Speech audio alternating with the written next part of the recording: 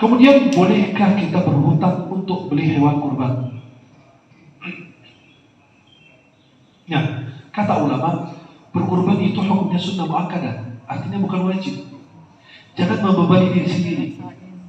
Terus kalau saya punya hutang dan mau berkurban, ya, bagaimana? Kata ulama, dahulukan hutang daripada berkurban. Membayar hutang wajib, berkurban sunnah. Dahulukan yang wajib daripada yang sunnah. Kemudian ada yang mau berhutang untuk beli kurban. Kata ulama, boleh saja, nggak apa-apa. Tidak diwajibkan dan tidak dibebankan bagi orang tersebut. Akan tetapi kalau dia mau berhutang, boleh apabila dia punya penghasilan yang akan menutupi hutang itu. Contoh, dia punya gaji bulanan, dia punya pekerjaan, punya usaha. Di situ dia menutupi hutang, boleh. Kenapa? Saking besar pahala kita berkurban. Maka boleh kita berhutang apabila kita punya penghasilan yang insya Allah bisa menutupi hutang kita tersebut. Apa yang dia ucapkan pada saat kita menyembelih kurban? Allahumma hadza anni wa an ahli baiti. Sebagaimana yang diriwayatkan dari Nabi. Ya Allah, ini dari aku dan dari keluargaku. Nah, nanti akan termasuk orang yang hidup maupun orang yang meninggal. Semua termasuk. Antum gak usah sebut aja, maaf, antum mau menyembelih kambing. Ya Allah, ini dari fulan dan keluarga fulan. Boleh dihadiahkan atas nama beliau satu kambing, kebagian pahala orang tua yang sudah meninggal, yang masih hidup, semua kebagian. Kalau bertemu akikah dan kurban, boleh nggak digabung satu niat? Boleh untuk orang malas. Jadi niat, ya Allah, ini kambing buat kurban sekalian akikah, ya Allah. Itu kata ulama lebih bagus dipisahkan. Karena kurban menebus diri, akikah menebus anak, beda tujuan. Tapi kata ulama, dan dipisahkan lebih bagus. Kata mazhab Hambali, boleh kalau diniatkan misalnya. Kalau dia tidak mampu beli dua, maka boleh diniatkan itu dalam mazhab Hambali. Kemudian para jemaah dimuliakan Allah, bolehkah kita berkurban atas nama orang yang sudah meninggal? Kata ulama, berkurban atas pada dasarnya berkurban atas nama orang yang masih hidup. Akan tetapi terjadi khilaf para ulama, bolehkah kita berkurban atas nama orang meninggal? Terjadi 3 pendapat. Pendapat pertama, membolehkan hal demikian, berkurban atas nama orang meninggal. Hadis mereka ada hadis riwayat Abu Dawud bahwa Sayyidina Ali bin Abi Thalib berkurban atas nama Nabi Muhammad sesudah wafat beliau. Kalau itu dilarang, nggak mungkin beliau lakukan. Maka itu mazhab pertama bilang boleh, dan ini dalilnya. Maka kalau ditanya, Pak, kok Bapak berkurban atas nama yang meninggal, kan nggak sah, Pak?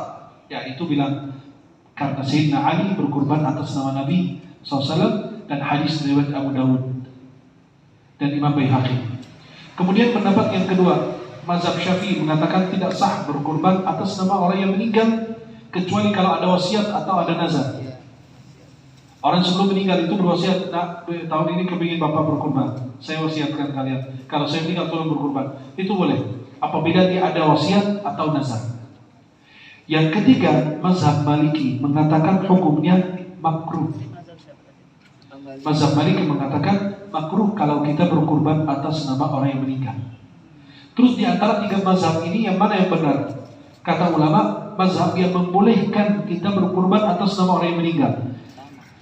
Dengan apa yang dilakukan Sayyidina Ali atas nama Rasulullah Muhammad SAW dan hadis dari riwayat Abu Dawud dalam sunan beliau. Dianjurkan di dalam hadis Nabi SAW agar kita tidak memotong kuku dan rambut bagi mereka yang berkurban. Tapi siapa yang dimaksud di sini? Kata ulama, ini hadis riwayat Muslim dalam sahih beliau dari Ummu Salamah. Apabila masuk 10 hari pertama Zulhijjah dan kalian hendak berkurban, menahan tidak memotong kuku dan rambut. Yang dimaksud siapa? Keluarga yang berkurban? Tidak, yang bersangkutan doang. Contoh, sapi 7 orang, yang 7 orang itu aja, jangan bawa-bawa keluarganya. Biar tidak menahan, tidak memotong kuku dan rambutnya. Tapi tiba-tiba ada yang memotong kuku dan rambut dan dia mau berkurban, hukumnya jadi gimana? Kata mazhab Syafi'i, sunnah, disunnahkan tidak memotong kuku dan rambut. Kemudian mazhab Hambali mengatakan haram memotong kuku dan rambut bagi mereka yang mau berkurban. Mazhab yang ketiga, mazhab Maliki dan Hanafi mengatakan tidak sunnah dan tidak makruh, boleh. Kalau tiba-tiba ada yang lupa, kemudian mereka memotong kuku dan rambut, lupa, kata ulama tidak mengapa baginya. Tapi kalau disengaja, berdosa dan cukup beristighfar dan tidak ada denda atau kafarat. Pendapat yang mana yang sahih? Ada yang bilang sunnah, ada yang bilang haram. Ya, sunnah tidak memotong kuku dan rambut. Kemudian ada yang bilang haram. Yang ketiga ada yang bilang tidak makruh dan tidak sunnah. Yang mana yang benar? Mazhab Syafi'i mengatakan sunnah tidak memotong kuku dan rambut. Apabila dilanggar karena lupa, maka tidak mengapa. Akan tetapi kalau dilanggar karena sengaja, cukup beristighfar karena berdosa, melanggar sunnah Nabi SAW, dan tidak ada kafarah atau denda baginya. Disunnahkan, dianjurkan kita menyembelih kurban kita sendiri, kecuali kalau orang itu tidak bisa atau ketakutan dan lain sebagainya, boleh mewakili orang lain.